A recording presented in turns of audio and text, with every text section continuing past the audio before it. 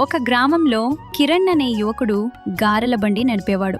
కాని అతని బండి దగ్గరకు ఎవరూ రారు. ఎందుకంటే ఎదురుగా ఉన్న రాఘవ అనే వ్యక్తి గారెలమ్ముతూ మొత్తం గ్రామాన్ని ఆకర్షించేవాడు.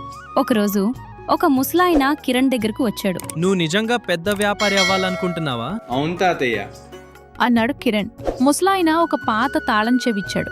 గ్రామం బయట ఉన్న పాడుబడ్డ ఇంట్లో నీ అదృష్టం ఉంది అన్నాడు. ఆ రాత్రే కిరణ్ అక్కడికి వెళ్ళాడు. అక్కడ ఒక పాత చెక్క పెట్టె కనిపించింది. పెట్టె తెరిచాడు. అందులో ఒక గ్యారెల్ రెసిపీ ఉంది. కానీ ఆ రెసిపీలో చివరి పేజీ లేదు. అదే సమయంలో ఒక చీటీ కనిపించింది. చివరి రహస్యం దొరికితేనే ఈ గ్యారెలు పనిచేస్తాయి. మరుసటి రోజు ఆ రెసిపీతో గ్యారెల్ చేశాడు. రుచి బాగానే ఉంది. కానీ అద్భుతం జరగలేదు. కిరణ్ నిరాశపడ్డాడు.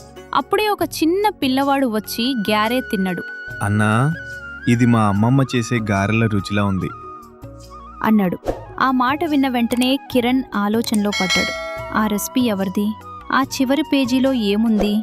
ఎందుకు ముసలాయన తనకే ఇచ్చాడు? ఇదే సమయంలో రాఘవ ఆ రెసిపీ విషయం తెలుసుకున్నాడు. ఆ రాత్రి కిరణ్ బండిలోకి దొంగతనంగా వెళ్లి రెసిపీని దొంగిలించాడు. కానీ మరుసటి రోజు రాఘవ చేసిన గ్యారెలు మొత్తం కాలిపోయాయి. కిరణ్ చేసినవి మాత్రం అద్భుతంగా వచ్చాయి. ఎందుకంటే రెసిపీలో అసలు రహస్యం లేదు. అసలు రహస్యం చివరి పేజీలో కాదు. ఆ రెసిపీ మొదటి పేజీలో చిన్న అక్షరాలతో ఉంది. ఈ గ్యారెల్ చేసే ముందు నీ చేతులతో ఒక ఆకలితో ఉన్న వ్యక్తికి భోజనం పెట్టాలి. అదే రహస్యం.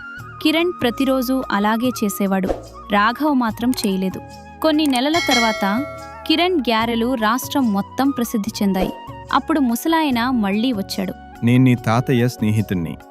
ఈ రెసిపీ నీ తాతయ్యది. కిరణ్ ఆశ్చర్యపోయాడు. ఆ రోజు నుంచి ఆ గ్యారెల బండి ఒక పెద్ద హోటల్గా మారింది.